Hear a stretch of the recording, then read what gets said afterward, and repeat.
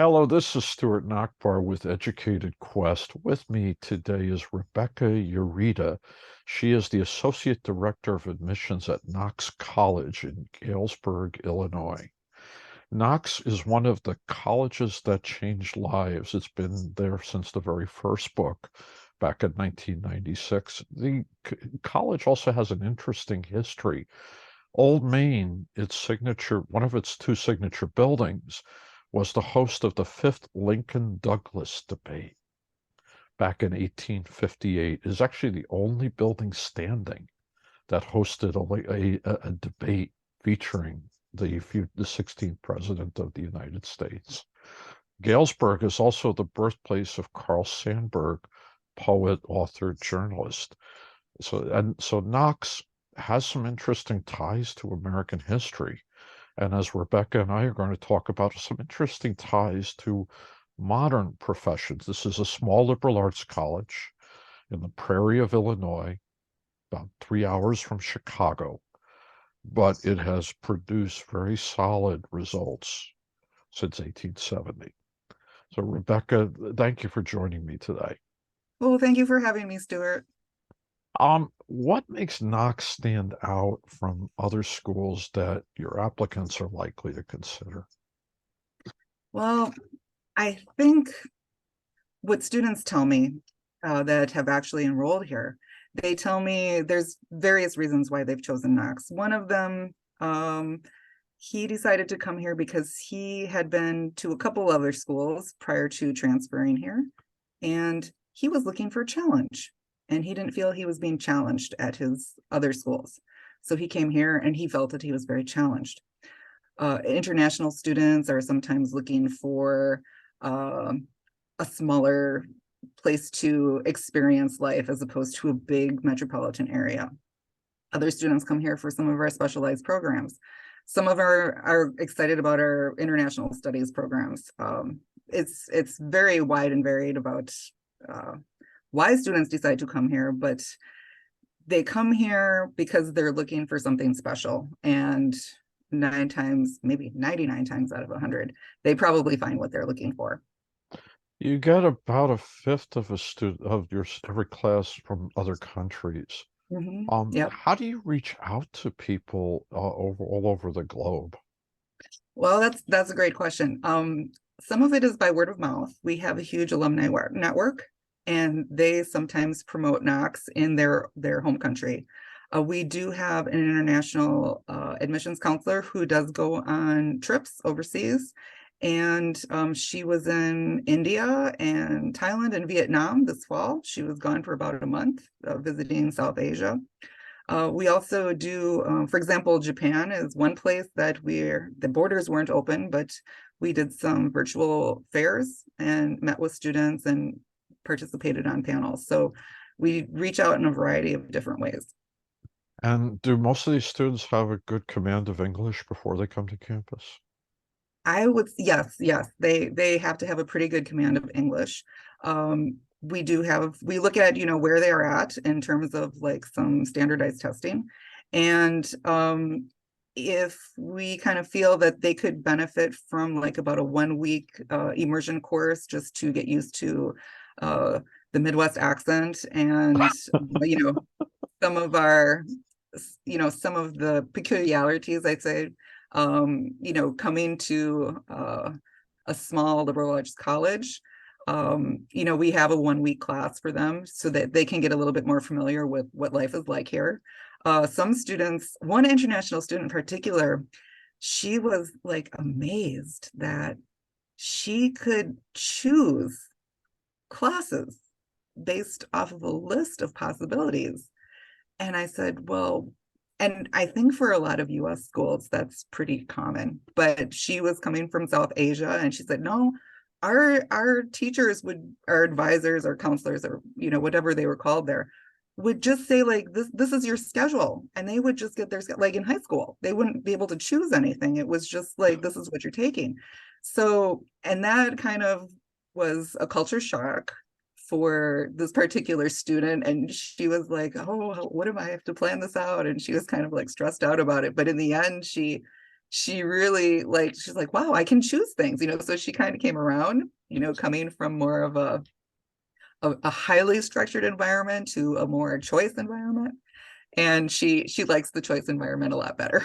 So if I'm 18 years old as a freshman, or I'm a transfer student and I'm from central New Jersey and I speak New Jersey, Hmm. or a New Yorker speaks New Yorkish, like Sure. forget about it and things like that. Do they have to go through a Midwest language immersion too? I don't, I think they're okay. Okay. There might be some things that, as even as adults, as we travel throughout the US for various things, for vacation or whatever, we pick up on different regional ways of communication that are different from ours. And I think they're okay. Yeah. Now, within the United States, about half, I saw that about half the students come from outside Illinois. That Um, that sounds about right. It might even be slightly more than that. do they come from other states in the neighboring states, or do you have like California is the second largest state that Oh, send you okay. students or things like that? That's great. So we do have quite a few people that do come from California. I can bring up statistics if you want. If you want me to follow up with you with statistics later, I Please, can do that. I'm curious Yeah. about that. So California is pretty big for us.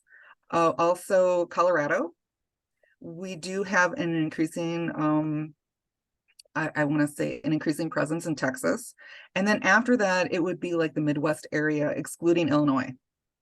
So we do have, yeah, and from the East Coast, like the Northeast, we do have some people coming from there, and typically people from the East Coast are very familiar with liberal arts colleges, so they understand that this particular model more naturally than states, that don't have a lot of liberal arts colleges. I'm curious, given like especially with the international students, if you have an accepted students Facebook group that can meet virtually before they come to campus, Mhm. do they talk actively? I mean, We have an Instagram that is for admitted students. And like typically I want to say like probably like July and August is when it becomes a little bit more active. But once they get to campus, it's not like, do you know what I'm saying? There's not a lot of activity, but we do have an Instagram for those students.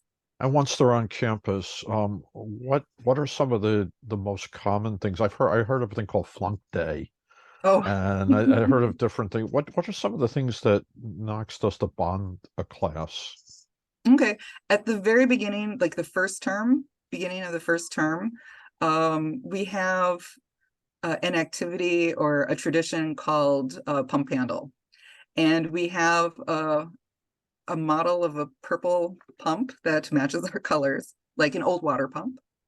And the president of the college and the senior staff line up, and then there's a line that forms, and you shake everybody's hand and greet them, and then you get to the end of the line, and then everybody comes and goes through the same process. And so it takes about, I would say, like this year it was the first time we've done it in a couple of years because of COVID, but it was probably a good 45 minutes to an hour ceremony with just like hundreds of students coming by and greeting everybody, and it was really nice. And it's a way to just get to meet everybody and say hi, and maybe you won't remember them, but at least you can say like, yeah, I shook your hand, and it's nice. It was a very welcoming feeling that it gives to like new faculty, new staff, new students. And for the students who had done it before COVID, and there's not too many of those left, but they they were like excited that this tradition had like come back finally after it had been on hiatus for 2 years. What is flunk day? Flunk Day is a special day in the spring, where classes are uh, like secretly canceled, and it's announced like that morning. And so it's so like there's a small committee, there's a small number of people that know what the day is, and it's kept a very very tight secret. And what happens is they make the announcements, and then there's like lots of activities and other things that happen that day. And the students basically have a day off, and they kind of enjoy themselves and like just remove themselves from, the toils of academics, I guess. And, just do something really fun for that day. And they really enjoy it. And, it's a lot of fun things for them to do. And the weather is the weather a factor in choosing flunk day? It typically happens in the spring, so it's either like late April, early May.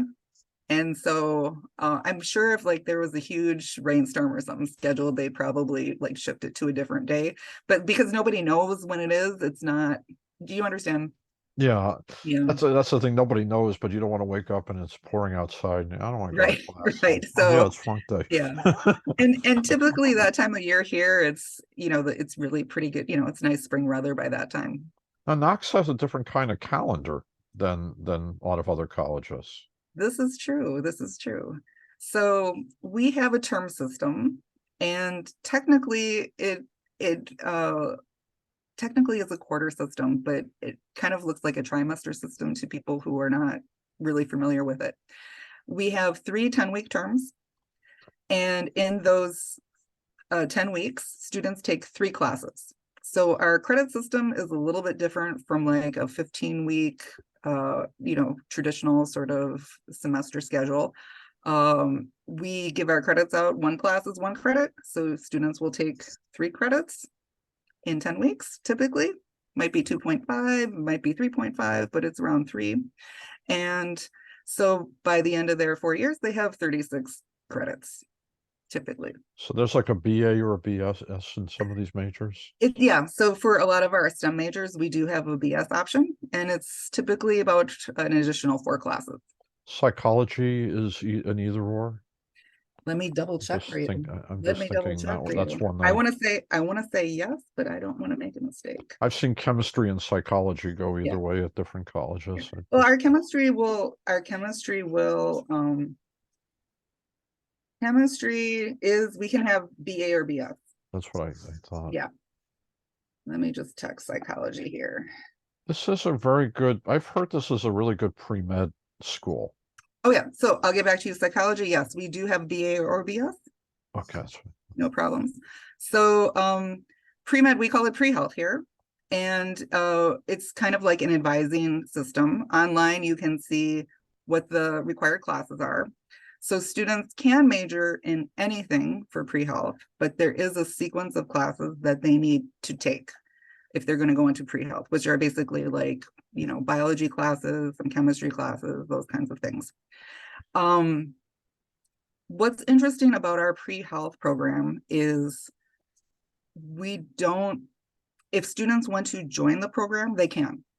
We don't have an application to join the program.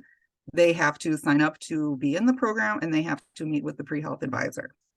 So we don't, I don't want to like to use the word weed out, but like some schools, you have to have maybe a certain GPA, or you have to, have been there a certain number of years or whatever. It's not like that. It's all self-selected here. So students come into the program because they want to. Okay. Does that make sense? Now, besides courses, what else is part of a pre-health program? So they have an extra advisor. So they have their major advisor, and then they have a pre-health advisor. Okay. So they come to the pre-health advisor ahead of time, and they talk about like where they're at, what they need to be doing in order to reach their goals. And that could be medical school, it could be nursing, it could, anything in the health area. And then they also have to go and talk to their major advisor. So they have 2 people that are watching, and guiding them. Is the trimester calendar an advantage to someone who has medical school on their mind? I With would labs, I'm say thinking with yes. science classes and labs. So this is what I think is very cool about Knox's academic calendar. Is from Thanksgiving until right after the New Year's, students have their winter break. And then they have a pretty long summer break from early June until about mid-September. During those times, they can do some of their shadowing. If they're looking to get shadowing done for medical school, or if they're looking to do some internships or, do some practical things in a hospital or somewhere else, they have those times so that they don't have to miss their academic classes. So that is one advantage to the system that we have. And And yep, go ahead. that long break, there's no classes they could take. There's no like winter session, like something like a winter No, session in another we don't college. have a winter session. We do have some limited summer sessions. Okay. But a lot of our summer sessions, we had we have like some research projects that are going on that are funded. And so actually I attended a seminar that the students put on the summer. They were studying, of all things, composting in an urban environment and the different methods that you might be able to use in a small space. And so they gave everybody a tour and said, like, this is what we did, this is what we measured, this is what we found out, and gave their recommendations. Really, really nice. But this was like funded research.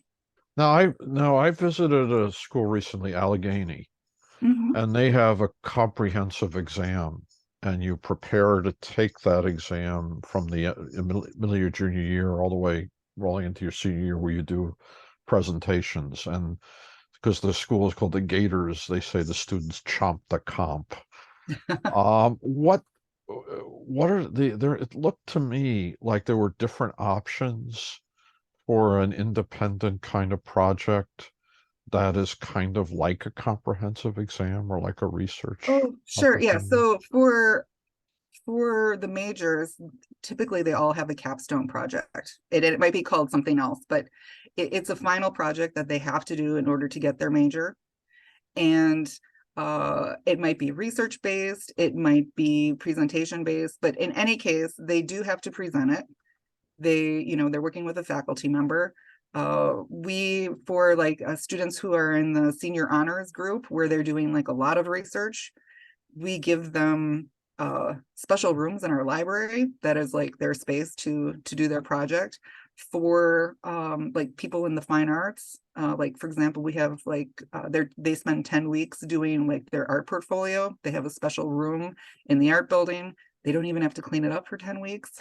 Some of them, I've heard stories, some of them like sleep there sometimes. But but we have these kind of like flexible spaces in place for students to use it. So like when they're in that flow and they're getting stuff done, they don't have to leave because the building is closing or something. With the honors, is that something students apply for or they're Yeah, selected it's for the it? senior, yeah, it's seniors honors, yeah. So they apply for that That or one they're I'll have to get chosen. back. I'm gonna have to get back to you on that one. Okay, okay. But I've heard students talk about it, and either they've been in it or they know friends that were in it. So let me get back to you about the honor system. And you touched on special other various special programs. Are there things that Knox offers that are really difficult to find anywhere else? Well, let's see here. Difficult to find somewhere else. I think it depends where somewhere else is. So like we were talking about pre-health. We have it's not official, but because we're located in a rural area, we have a tendency to promote rural medicine. Okay. And so when some of our students who are looking to go into medical school, uh, we work with we have some good relationships with like the University of Rockford, University of Illinois Rockford, and they also specialize in rural medicine. So we try to use our location. We try to leverage our location for specialities like that. I mean, as it is right now, we don't have a lot of medical staff in the US, and filling rural positions is even harder. So we're trying to have a positive impact in areas like that. And Um, and I saw you have yeah, a field station as well. yes, we do have a field station.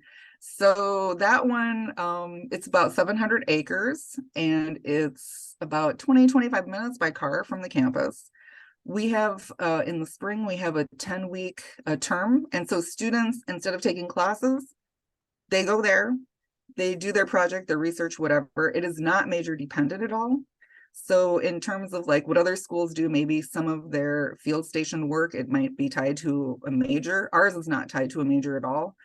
the typical students that go there, primarily biology, environmental science, but we also have musicians that go out there, art students, creative writers, they're looking for some sort of inspiration.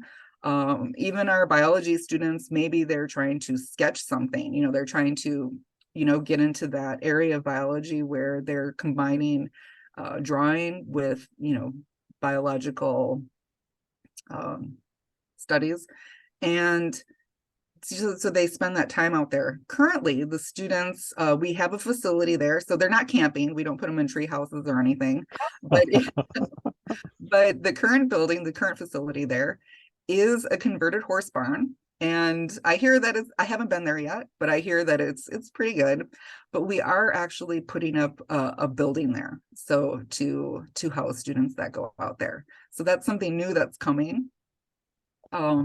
They have to learn to cook together and Yeah, there's somebody that lives on site there and watches everything. But anybody who is affiliated with the school, if it's a student or if it's a faculty or staff member, we have the right to go out there and enjoy the trails or rent a canoe or whatever. So I mean, it's kind of got a multi-purpose function.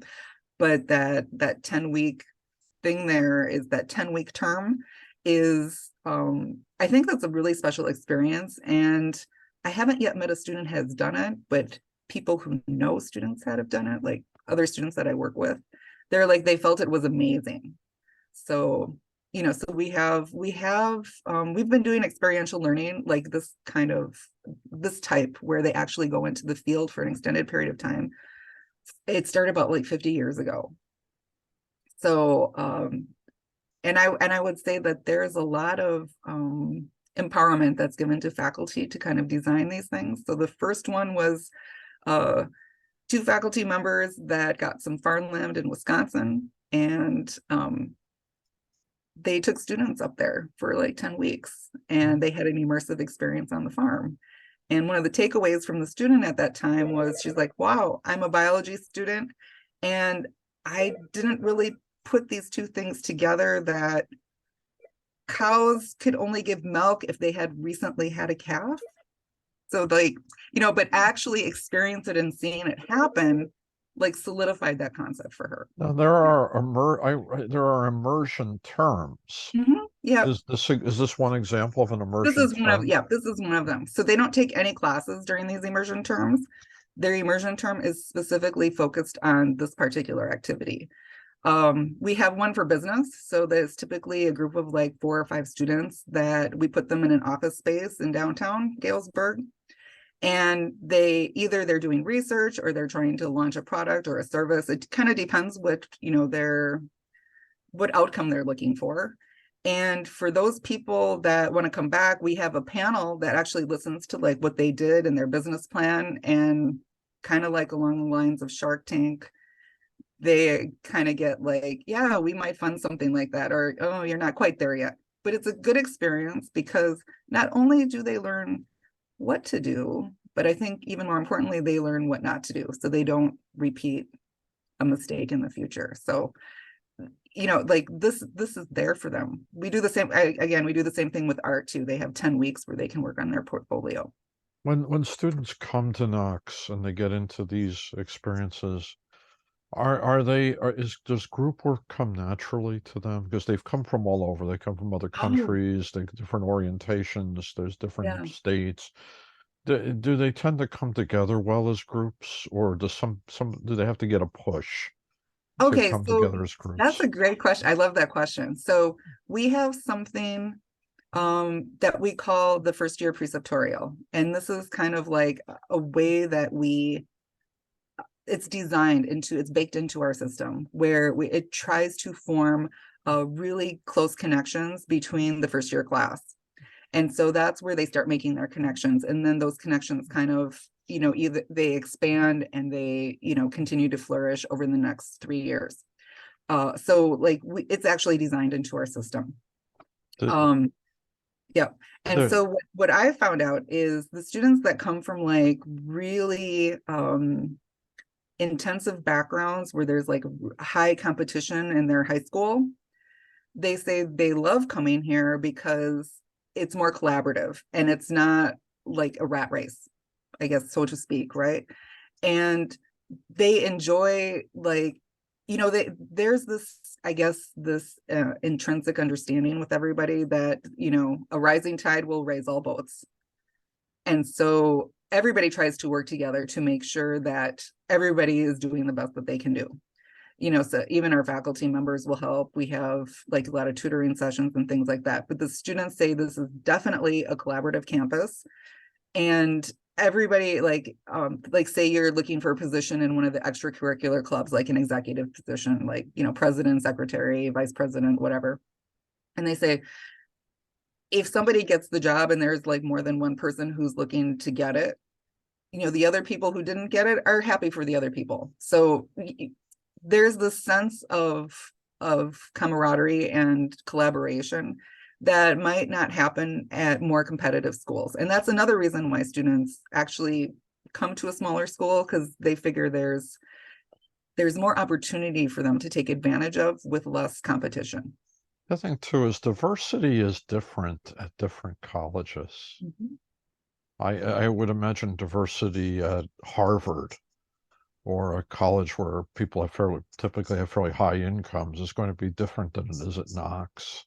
Can you talk about diversity at Knox, how things work and how Okay. the students have an identity, but it's not a big college. Yeah. And so how do students maintain the identity they want to maintain as individuals, but still become part of a class and still have friends who identify differently? Okay. So I'll kind of go over some of the statistics that we have and then kind of look at diversity for multiple ways. So I'd say like 95% of all of our students receive some sort of financial aid, merit scholarship, or both. So that's one part of our diversity. About 30% of our students self-identify as students of color. About 30% of our students self-identify as LGBTQ. 20% of our students are from overseas. And about 50% of our students are not from the Illinois area. So we have people like from all over. We have a really large number of clubs that are available for students to join, or activities. I forgot one other one. About 20% of our students are student athletes. And we're a Division III school, so they really prioritize their academics over How do you play their. football? How do you play football? Yeah, we have football, we have soccer, we have baseball, basketball, track and field, swimming, golf. So if football doesn't dominate the way it might be, it might dominate at the University of Illinois. Yeah, I would say that would be fair. But it does dominate in the sense that, and I would say this is for all sports. We have volleyball too. For sports in general, even if a student is not part of like a student athlete, they will still go out to the games and they will support their classmates because, their friend, their partner, their, somebody that they've just done a project with is playing. And so they go out and they cheer them on. I even like faculty members even go to like practice sessions and talk with the kids. So it's part of the community, but it's not all of the community. Does that I make sense? watched a clip where football players were doing a food drive, Oh yeah. Mm-hmm. and that was part of their team activities. I've never seen that. Even another D3 school, I've never seen anyone make Oh, really? something like that. Yeah, we have a lot of community service clubs. One is called Lessons in a Backpack, and the food is stored at one of the churches here in town. And I know one football player who he's part of that group. He's part of that group, and they go out once a week. They pack things up for students that are in need. And I want to say there's probably about 350. I could be wrong with my number, but I think there's about 350 students in the city that benefit from this program from grades 1 through 8. Yeah. So, I mean, it impacts a lot of students in the city, and they go and do it like every week. There's a history of inclusion with Knox that goes back all the way Totally. back to the 19th century. Do students come feeling more strongly about that as they're leaving? I don't know about like those who are graduating, but I can tell you about like students on campus. I had the opportunity to meet with one of it's called Common Ground. It's LGBTQ and allies. It's a student group. And I asked them because I had this opportunity to appear on a panel out in San Diego last week. And so as part of my preparation to get ready for it, I went and spoke with, they had an event and I went and talked to them and I said, hey, this is what I'm doing. So can you tell me the good, the bad, and the ugly? And the good was we have a new advisor here on campus for the LGBTQ students. Awesome individual, really super with the students. They're always advising them, helping them, navigate different things in their life. And so they were really excited about having them there. And they also were really happy with how they felt on campus. And one of the girls who was there, she said, you know what, Knox is really a gay campus. And said it with like all the positivity and sweetness, so and students say, I feel great on campus. So, we have gender neutral bathrooms. We have a whole bunch of different clubs and organizations. We have a theme house for LGBTQ and allies. So, it's part of the fabric that we have here. And there's no issues really that they were concerned about to the extent that they brought it up with me. So yeah, so in those terms, it's there. I haven't heard anything from any other students where they felt that there was a problem, but historically, I can say that if there is a group of students who feel that there is a problem, they do bring it up and they are heard. And the school does try to respond to their concerns in a positive way, and tries to make it work. So that I can say has happened. This is a community where pretty much everyone lives on campus unless they're doing study away. Right. All right. Do they live when they go from a first year, they all live together? For first year students? We have like we have freshman housing, and so that's kind of designed again to build community. And sometimes there might be like a professor that's also in that same space. It's called like a living and learning community. Okay. So that happens, and that helps to build it. That's part of our baked in process. When at the end of, I want to say like in February of their freshman year, they can start for applying for different types of housing. So we have theme houses, we have like apartment style housing, suite style housing. We have like all different types of housing. So they can apply for that housing at like in like I want to say like during the winter term, and then they can they they get their placement. And the apartment style, they don't have to carry a meal plan. They're not going to eat in the Oh, dining hall. everybody carries a meal plan. Oh, everyone has to eat in Yeah. the dining hall at But we some have point. different types of meal plans. So we have like mostly the cafeteria food. And then there's like some flexible spending dollars. And then it kind of changes, like the proportion changes. Like if they want more flexible spending dollars or they want, less, do you know what I'm saying? It could be like 50, Yes. 50 or yeah. Yeah. So it's kind of like on a sliding scale, but yeah, there's some different options for, So if they want to go to a grab and go and pick up yes. something, they can do Yeah. that. So there's some flexibility there. And there may be coffee shops off campus that participate in I something like don't that. know if there's anything off campus that participates, but we have a variety of options on campus for them. And what aside from Plunk Day, which we talked about earlier, what other traditions, bonding things? Because this school's been around a while. Oh, wow. That's a really good question. I know Flunk Day is like a big one. Um, let me see here. I'm not sure if I can really answer this question really well for you. Okay. But I would say like just a lot of sporting events. Like a lot of people come out for those and they're excited about it. Does We Knox just have a had rival?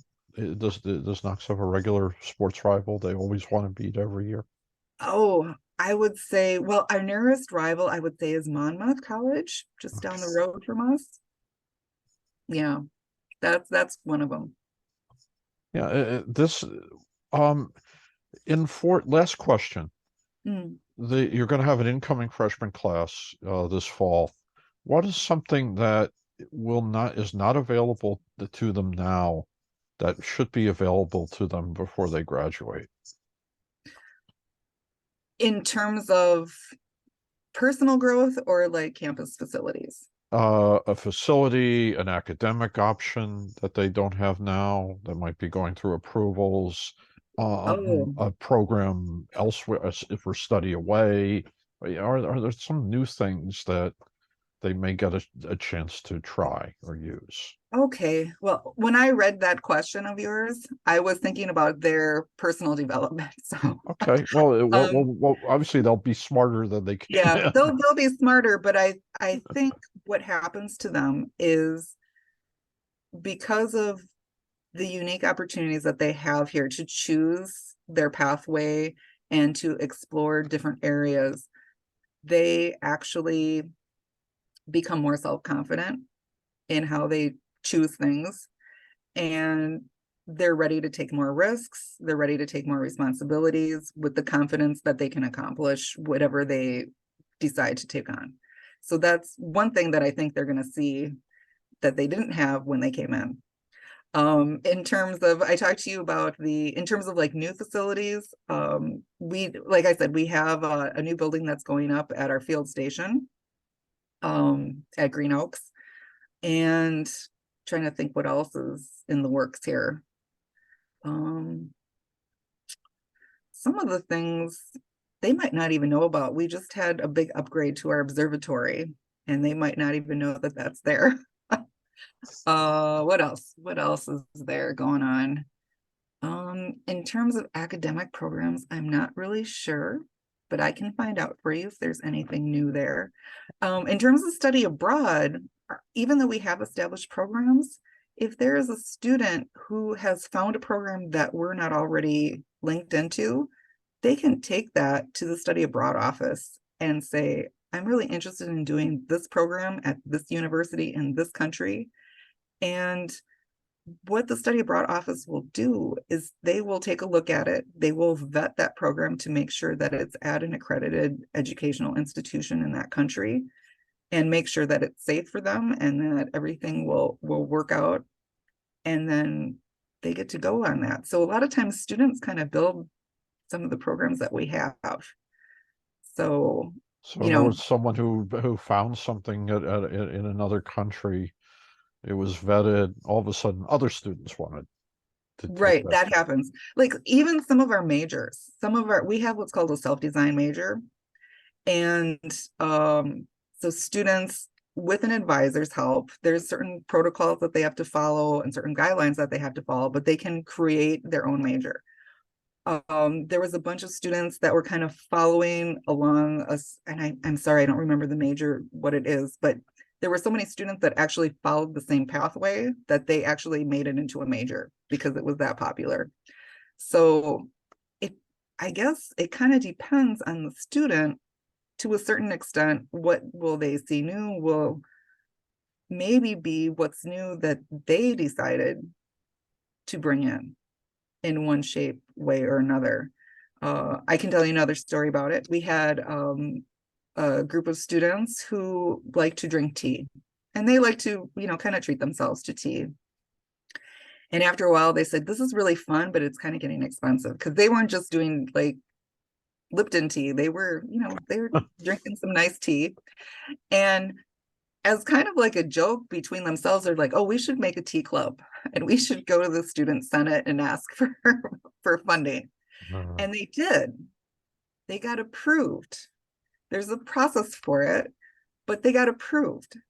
And we have a tea club now, and they do outreach to students during finals. They have like herbal therapeutic tea packets that they give out to people. So I'm saying, like, because of the nature of our school, a lot of grassroots developments happen with the students because it's something that they're looking for. so if the tea club decided they wanted to do study abroad in China to visit tea companies, It's a possibility. they Yeah, could do that. it could be something. Yeah. that would be interesting when you if you get you when if the club these clubs get that aggressive and they Yeah, think, yeah, I mean, I wouldn't consider it to be aggressive. I would consider it to be like, wow, this is a great idea, and you're really passionate about it, and you want to make something happen. That's what I like. I guess like, I told you about the faculty who's kind of started this immersion experience, back like 50 years ago. That same sort of empowerment, filters down to the students as well. So if they're looking to build something and create something, there are processes in place for them to do it. it leads me to ask a question. You have to hire a certain kind of teacher to do these things. Mhm. If you could imagine Knox looking for faculty, what would they look for that the University of Illinois might not look for, or Bradley University might not look for? Wow. I probably wouldn't be the best person to answer that. But I can tell Okay. you just from my personal experience, when we hire people, um, we do meet candidates like as a group, and we can ask them any questions that we want. In fact, we're going through a process for our athletics department, and the one of the finalists for the position is actually today. Oh, We have been invited to, come and sit in on a session and, give our feedback after it's done. So it's that kind of place where it's not just one person making a decision, but it's multiple people giving their feedback. but And but football fans would decide you'd have to know something about football to hire a football coach. oh, this is not a coach. Oh, okay. Okay, that's different. It's not a coach. So, but so there's some traditional processes that are in place that, you know, I guess make the atmosphere, very interesting. And in fact, when I came on board, it was like that. Other people came after me. I've participated. So it's not limited to um just one person taking a decision, but getting input from everybody. So I think, This doesn't feel like a place where you go to work and then you go home at the end of the day and you shut work off. It seems like it become you get more involved beyond just going to a yeah, job and considering who the next freshman class is going to be or the next oh, for transfer sure. student group is For going to sure. be. Yeah, I would say there's a really it's I would say it's more of a family atmosphere. And we have staff here, faculty members here who have been here for years. And there's a value to that. There's a value to having that institutional memory and having, that institutional experience. And and so it's not like, and I don't know what it's like at other schools. I can't really speak to that, but having that continuation of knowledge is it has a great value. And schools that have that kind of um, that value that's baked in, it gives something special to those schools. Rebecca, that's a perfect ending to this. Thank you for spending this time with me today. Well, thank you for having me.